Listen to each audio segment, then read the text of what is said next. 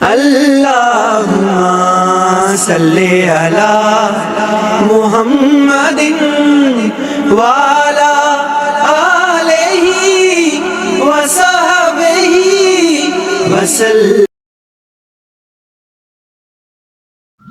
بسم اللہ الرحمن الرحیم عن عمر رضی اللہ تعالی عنہ قال قال رسول اللہ صلی اللہ تعالی علیہ وسلم الا ان الدنيا عرض حاضر يأكل منها البر والفاجر الا وان الآخرة اجل صادق يقضي فيها ملك قادر رواہ الشافعی۔ نبی کریم صلی اللہ علیہ وسلم نے ارشاد فرمایا، خبردار، بے شک دنیا موجودہ ساز و سامان ہے جس سے نیک و بد سب کھا رہے ہیں،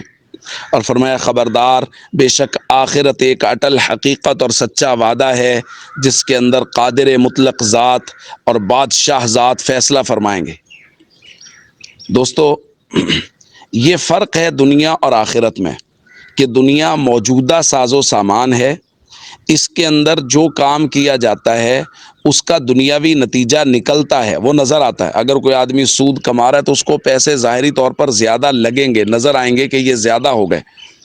اسی طرح جو لوگ آفیسز جاتے ہیں، جو لوگ کام کرتے ہیں، شام کو ان کو مزدوری ملتی ہے، آفس جانے والوں کو مہینے کے بعد تنخواہ ملتی ہے، ہر چیز کا نتیجہ فوری نکل رہا ہے۔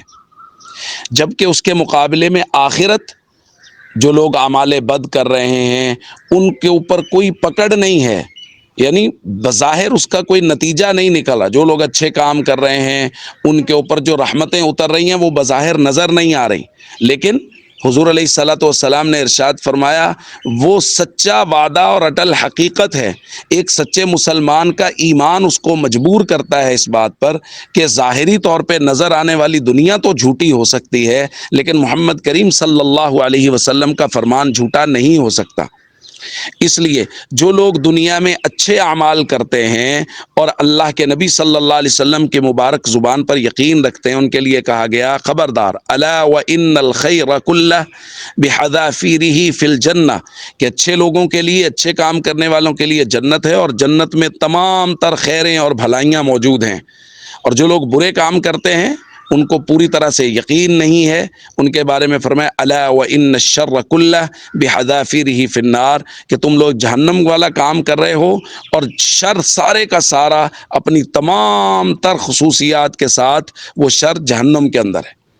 اس لیے میرے دوستو، ہمیں نبی کریم صلی اللہ علیہ وسلم کی مبارک زبان پر سب سے زیادہ اعتماد ہونا چاہیے، اور آخرت کے اعمال کی طرف بھرپور توجہ ہونی چاہیے، اور کوشش کرنی چاہیے کہ ہماری زندگی نبی کریم صلی اللہ علیہ وسلم کے فرامین کے مطابق گزرے۔ السلام علیکم ورحمۃ اللہ وبرکاتہ۔ صلی علی محمد وعلی آلہ وصحبہ وسلم۔